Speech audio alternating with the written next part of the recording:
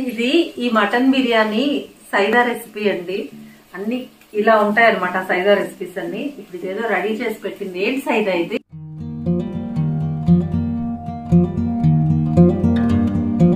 Hi అండి. Mutton biryani, mutton curry. బిర్యానీకి combination ఉండాలి కదా, సో రెండు చేసుకుంటున్నాను. చాలా ఈజీగా ప్రతి ఒక్కరూ చేసుకునే విధంగా నేను ఆ రెసిపీని కూడా మీతో షేర్ చేస్తున్నానండి. ముందుగా అయితే స్టవ్ ఆన్ చేసేద్దాం. సో ఆయిల్ వేసేసుకుందాం. మటన్ కేజీ మటన్లో 3/4 కిలో మటన్ బిర్యానీ కోసం, 1/4 కిలో దాని గ్రేవీ కోసం రెడీ చేసి పెట్టుకున్నామండి. కడిగి పెట్టుకోవాలి బాగా. ఆయిల్ హీట్ అయింది కాబట్టి జీలకర్రను వేసేద్దాం. సో ఉల్లిపాయలను వేసేసుకుందాం. ఉల్లిపాయ బాగా వేయించుకోవాలండి. పచ్చిమిర్చిని కూడా వేసేద్దాం. ఆనియన్స్ ఫ్రై అవుతూ ఉంటాయి. కరివేపాకును వేసేసుకుందాం. సో ఉల్లిపాయ బాగా మగ్గడానికి సాల్ట్ వేసుకుంటాం కదా, పసుపుని వేసేసుకుందాం. బాగా కలిపేసుకుందాం. ఆనియన్స్ బాగా ఫ్రై అయిపోవాలి, బ్రౌన్ కలర్ వచ్చేంత వరకు. అల్లం వెల్లుల్లి పేస్ట్ వేసుకుందాం. అల్లం వెల్లుల్లి పేస్ట్ ఒకసారి బాగా ఆనియన్స్ ని మరి కాస్త వేయించేద్దాం. మటన్ గ్రేవీ కోసం మేడం. మటన్ కర్రీ కోసమా? ఓకే. ఏమేమి వేసావు ఇందులో? అందులో టమాటా వేసాను మేడం, జీడిపప్పు, అది గసగసాలు థిక్నెస్ కోసం వేస్తావు యూజువల్ గా నువ్వు.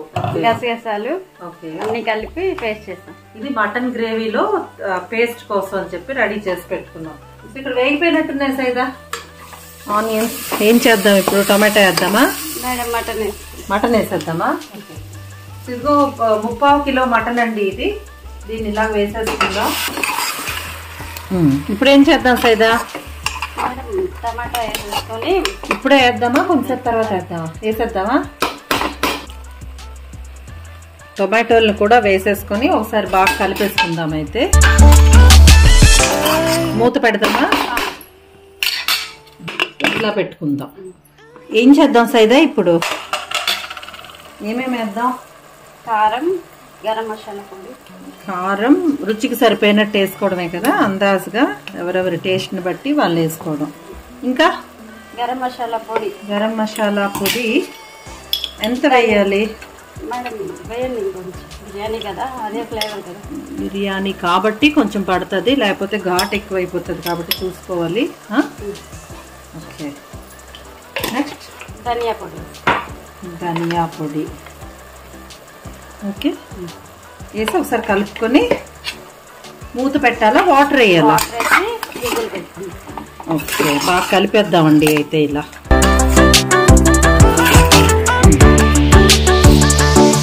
ఈ మటన్ ఉడకడానికి సరిపోయినన్ని వాటర్ వేసుకొని బాగా విజిల్స్, ఎన్ని విజిల్స్ రానివ్వాలి సైదా?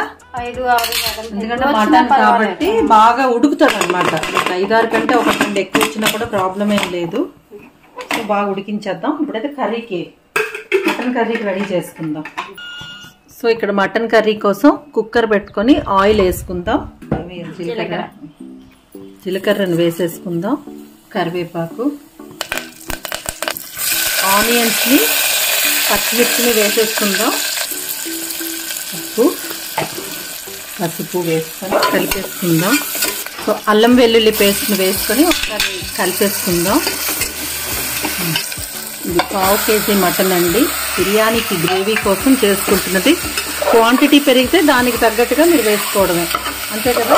ఏది మటన్ కర్రీ చేయాలన్నా ఏదైనా ప్రాసెస్ ఇది. ధనియా పొడి, కారం మీ టేస్ట్ని బట్టి వేసుకోండి. గరం మసాలా మొత్తం ఒకసారి బాగా కలిపేసుకొని మరి కాసేపు ఈ మసాలాలతో కాసేపు వేగనిద్దాము.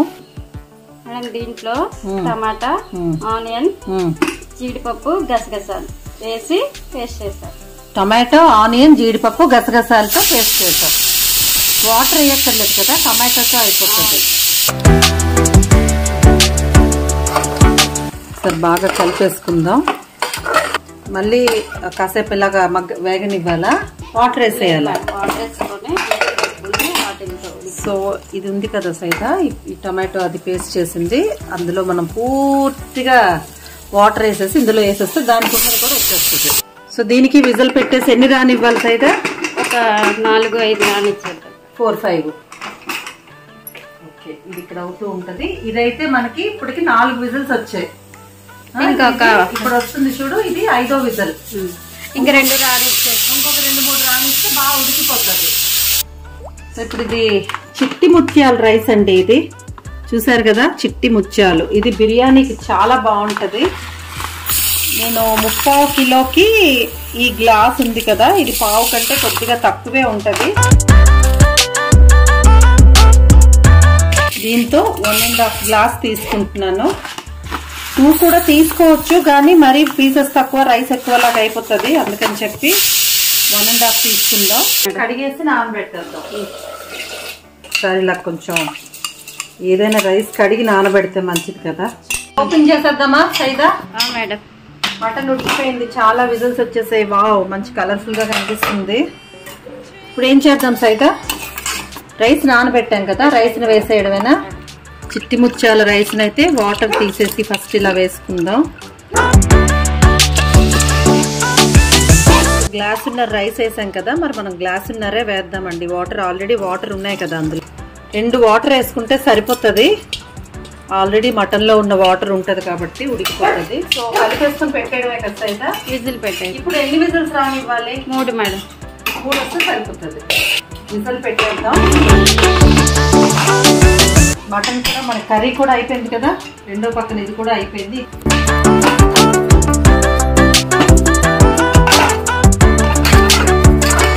ఇందులో ఏం పడవు కదా, అంతే. విజిల్ పెట్టేసాము. 3 విజిల్స్ తో ఇక్కడ అయిపోయినట్టే. ఓపెన్ చేసి చూపిద్దాం మళ్ళీ. ఇది మళ్ళా కొంచెం ఉప్పు కారం పడితే వేసాను.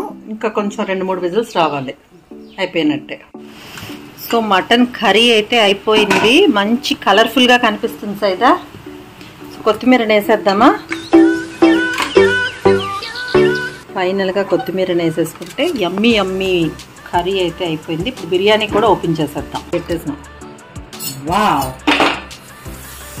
యమ్మీ యమ్మీ యమ్మీ. మటన్ బిర్యానీలో కొత్తిమీర ఫైనల్ టచ్ ఇచ్చేద్దాం. కొత్తిమీరతో